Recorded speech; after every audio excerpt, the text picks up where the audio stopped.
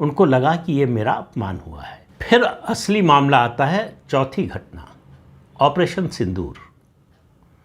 Trump आज तक बार बार दावा कर रहे हैं कि भारत पाकिस्तान के बीच में जो युद्ध था उन्होंने रुकवा दिया। अब जो घटनाक्रम हुआ था वो सबके सामने आ चुका है। प्रधानमंत्री नरेंद्र मोदी संसद में बोल चुके हैं कि उस दौरान यानी 10 मई को 3-4 बार जेडी वैंस जो अमेरिका के उपराष्ट्रपति हैं उनका फ़ोन आया, लेकिन प्रधानमंत्री अपनी सुरक्षा संबंधी मीटिंग्स में व्यस्त थे, उठा नहीं पाए। बाद में उनको फ़ोन किया। अब जो अमेरिकी जानकार हैं उनका कहना है कि ट्रंप के दिमाग में ये है कि जेडी वैंस से वही फ़ोन करवा रहे थे, लेकिन बात हो नहीं पाई मोदी से।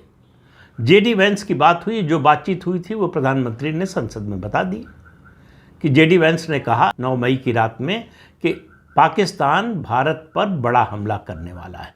उसके जवाब में प्रधानमंत्री ने कहा कि उनको कह दीजिए कि अगर हमला किया तो उससे बड़ा हमला होगा, गोली का जवाब गोले से देंगे। ये कह के उन्होंने फ़ोन काट दिया था।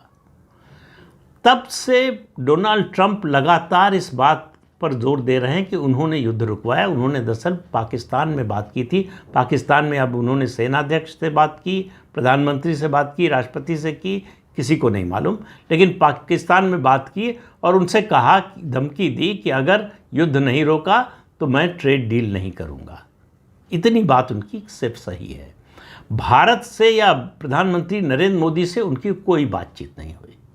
प्रधानमंत्री ने, विदेश मंत्रालय ने बहुत स्पष्ट शब्दों में कह दिया कि 22 अप्रैल को पहलगाम के नरसंहार के दिन जो फ़ोन आया था उनका, उसके बाद से जब वो कनाडा से लौट गए और लौटकर वहाँ से फ़ोन किया कनाडा में प्रधानमंत्री नरेंद्र मोदी को, इस बीच में दोनों की फ़ोन पर कोई बातचीत नहीं हुई।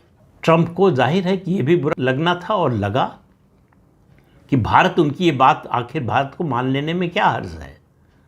उनको लग रहा था कि अगर ये बात भारत मान लेगा तो उनका ये जो दावा है कि दोनों देशों के बीच में परमाणु युद्ध होने वाला था तो उनको श्रेय मिलेगा कि परमाणु युद्ध रुकवा दिया, तो फिर इससे उनके लिए नोबेल प्राइज़ जो है शांति का वो मिलना आसान हो जाएगा। लेकिन भारत ने ऐसा कुछ नहीं किया। ट्रंप के इस झूठ को सच बनाने में भारत सरकार शामिल नहीं हुई। प्रधानमंत्री नरेंद्र मोदी इस पर सहमत नहीं हुए।